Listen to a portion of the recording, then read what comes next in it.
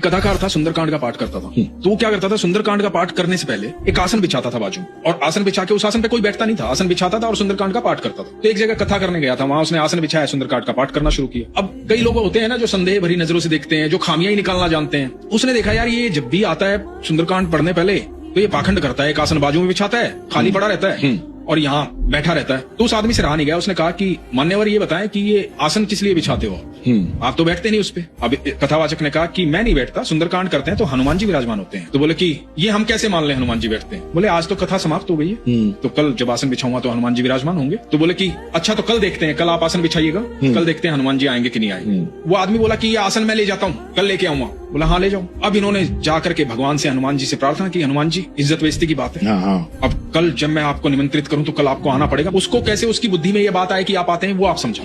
ये बात कह के वो अगले दिन सुंदरकांड का पाठ करने गया। वो आदमी आया था, इंतजार में था। अब काफी लोगों को उसने कह दिया था कल हनुमान जी आएंगे और वो साबित करके बताएगा हनुमान जी आए हैं। तो और भी ज्यादा लोग आ गए थे कथा सुनने। तो उसने आसन मंगवाया, उसने कहा कि आसन दो। उसने आसन बिछाया कथावाचक ने, और हनुमान जी को निमंत्रित किया और सुंदरकांड का पाठ बोलना शुरू किया। तो अब सुंदरकांड का पाठ जब खत्म होने वाला था, तो उस आदमी ने पूछा कि भाई वो हनुमान जी बैठे हैं अभी? तो इसने बड़े विश्वास से कहा कि हाँ बैठे हैं। कैसे माने बैठे हैं? बोला यही बैठे हैं हनुमान जी। बोला लेकिन कैसे माने बैठे हैं? बोला आसन उठाओ आकर के देखो। अब इसने कह तो दिया, ये बात कहलवा रहे थे हनुमान जी, इसकी तो क्षमता नहीं थी। अब पारस भाई वो आदमी आया और उसने आसन को छेड़ा, आसन नहीं हिला। कई लोग इकट्ठा होकर के उस आसन को, हल्का सा कपड़ा बिछा हुआ था, उस आसन को कई लोगों ने उठा करके कोशिश की, वो आसन हिला नहीं, टस से मस नहीं हुआ। सब लोग वहां नतमस्तक हुए थे। तो ये बल है हमारे हनुमान जी का। एक बार राम जी का नाम लो, हनुमान जी वहां होते। बिल्कुल।